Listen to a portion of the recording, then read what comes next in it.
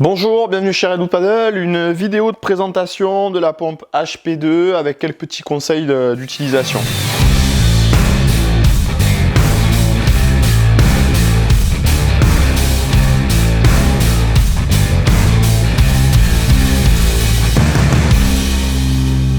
Donc déjà, pourquoi HP2? Parce que tout simplement, c'est une double action. Double action, en fait, elle permet de pas trop forcer lorsqu'on va devoir monter en pression. Sur votre pompe, en fait, vous allez avoir un petit bouchon comme celui-ci. Donc, quand on gonfle en aller-retour, qu'il y a le bouchon, pardon, on va gonfler en aller-retour. Donc, ça permet d'accélérer la phase de gonflage. Dès que ça va commencer à être dur et qu'on commence à avoir du mal à gonfler, vous retirez ce bouchon.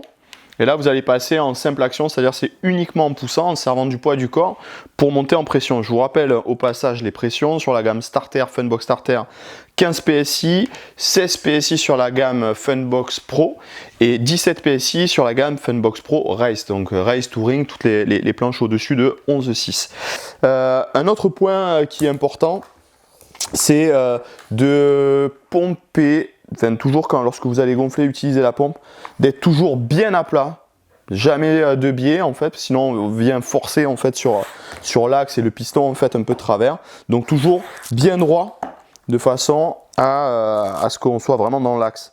Ensuite, un autre élément important, c'est quoi? C'est de bien visser son tuyau de pompe sur sa sortie. Ça paraît évident, mais souvent c'est aperçu des coups de téléphone où les gens nous disent ah, le tuyau j'ai l'impression qu'il fuit, et en fait il suffit de pouvoir visser sa bague, être bien en face et éviter en fait de venir visser en fait en étant biais, ou sinon ça crée une fuite en fait, donc du coup bien être en face. Là du coup ma bague, moi, elle est super bien serrée et là c'est parti, je peux commencer à gonfler ma planche.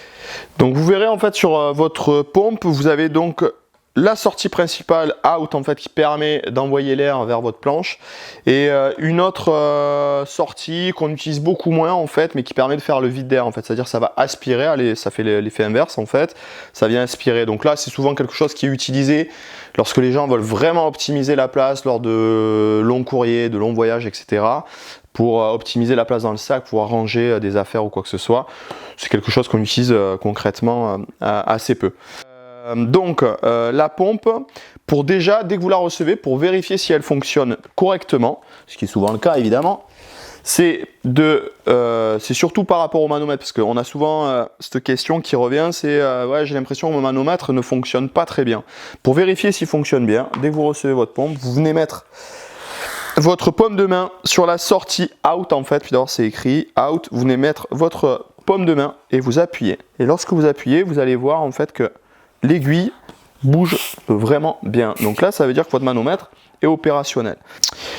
Sur la pompe HP2, c'est pareil, c'est une question qui revient des fois. C'est sachez que le manomètre en fait est vissé. Donc pour le dévisser ou le revisser, avec la paume de main, vous appuyez dessus et là, vous allez pouvoir le dévisser.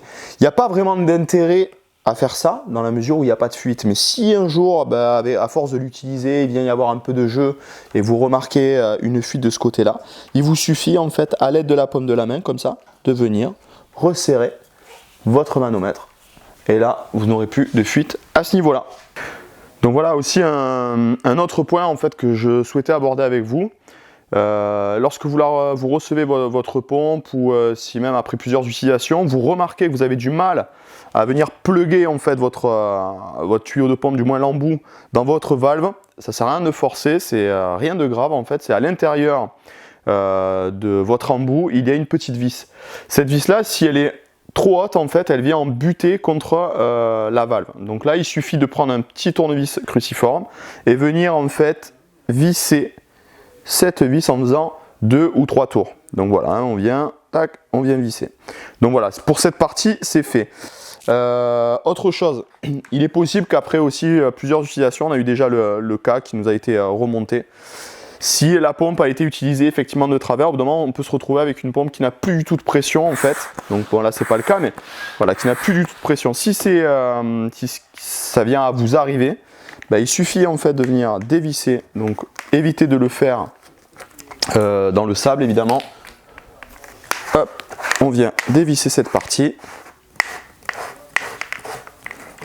Hop, je sors et là en fait j'accède au principe avec le piston. Si votre pompe, elle vient effectivement à ne pas avoir de force et de ne pas envoyer d'air, ce qui peut se passer, c'est que le joint que vous retrouvez à cet endroit, sur cette collerette, peut se retrouver au fond de votre tube. Si c'est le cas, vous munissez en fait d'un cintre ou quoi que ce soit, en fait une tige en fil de fer un petit peu costaud. Vous venez le récupérer sur le bas de la pompe parce que vous n'arriverez pas à rentrer votre main. Et vous venez remettre en fait votre joint, tant qu'à faire, vous arriverez dans tous les cas à venir le remettre sur cette collerette. Une fois que c'est fait, hop, on revient intégrer en faisant attention. Voilà, et ensuite on vient resserrer. Là, une fois que vous avez fait ça, votre pompe est à nouveau fonctionnelle. C'est reparti. Voilà, j'espère que cette vidéo vous aura été utile. On vous dit à bientôt.